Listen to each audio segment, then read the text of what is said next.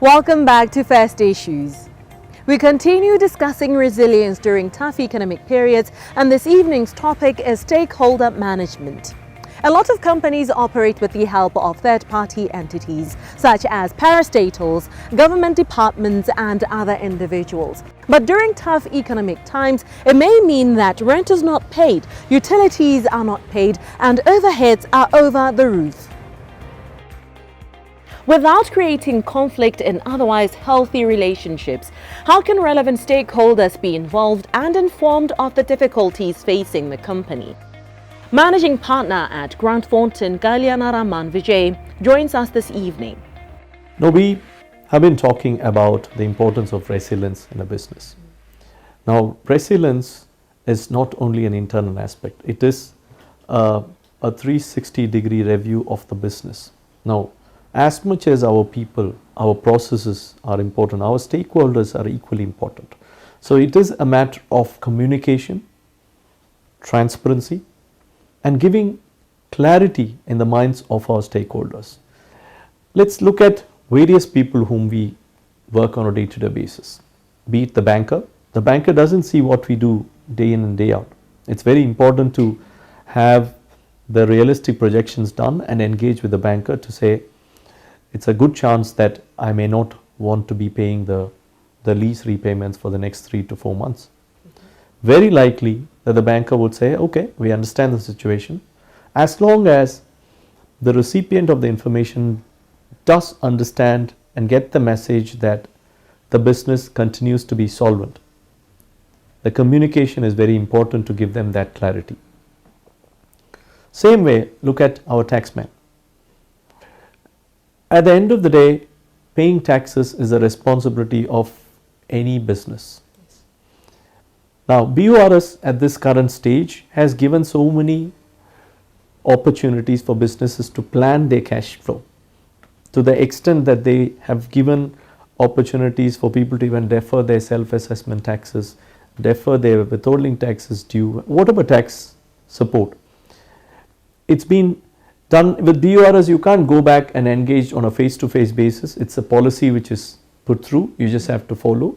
It's important to engage with your advisor and make the best use of the facilities given. Likewise, the same thing applies to even your suppliers. There are suppliers who may choose to say, as much as you are affected, we are also affected. So, we need you to be paying our dues. And coming to a realistic arrangement with them and sticking to their commitment is what will allow them to continue to support us going forward as well. So, it is a package of all these aspects, our regulators.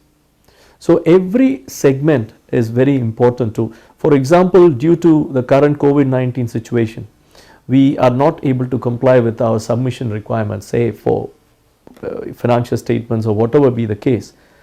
It is important to engage with the regulator and give proper reasons and make sure that they understand and approve what we are requesting, then leaving it to say automatically everybody will come into the play. That's where the confidence reduces, doubt increases, problems follow automatically. So, the core is being transparent, being clear about what is our current situation and communicate clearly. I want us to go back. You're talking about the suppliers and they also having their own financial obligations. Let us talk about those third parties being in alignment with your problem at the time. How do you bring them on board? Because they also have their own financial obligations to take care of. That is a current scenario. Right now, as we are talking, that is exact. Take our landlords. Now, for the landlords, they have their own commitment with the banks for the property and all expenses connected with their property investment. Yes. So, if we are just going to be saying, no, this month we are not going to be paying rent at all, it's more of a one-sided aspect.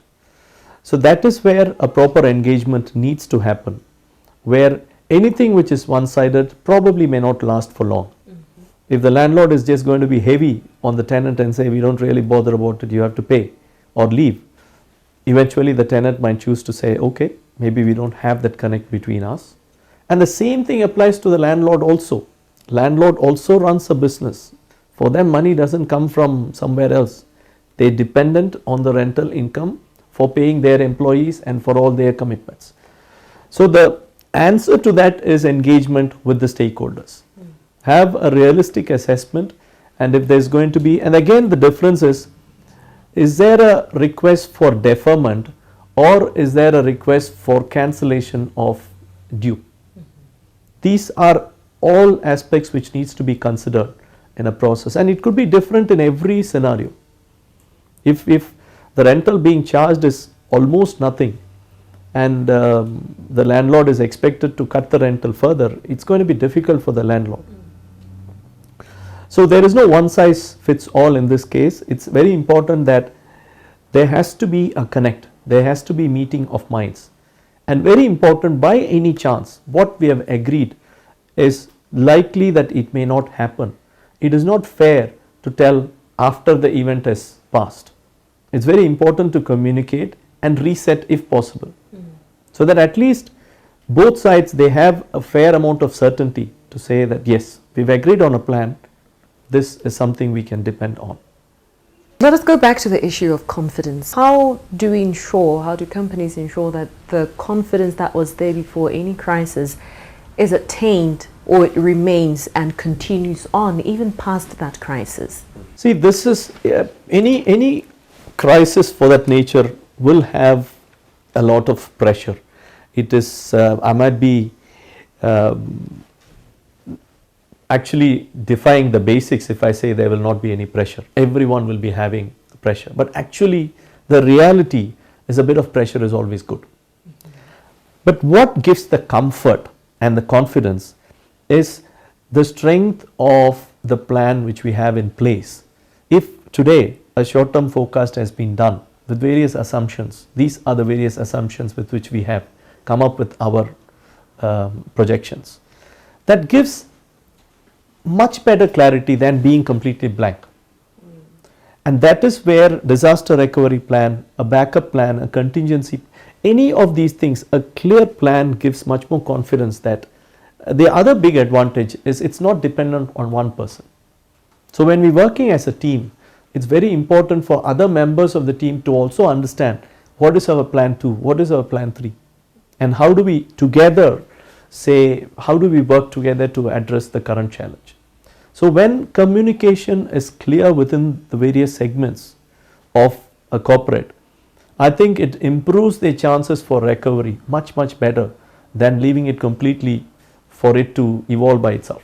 But where do we start this process of having this conversation and building this team effort with our stakeholders? What is that process? Stakeholders, again, it is very important to first reflect within, do an introspection on the organization, have clarity on what is our position, and then engage with the stakeholders. There is no point in just going out of the blue and say, right, give me a 50% off. It really doesn't work. It will automatically give a sense of discomfort for the person who's receiving the information.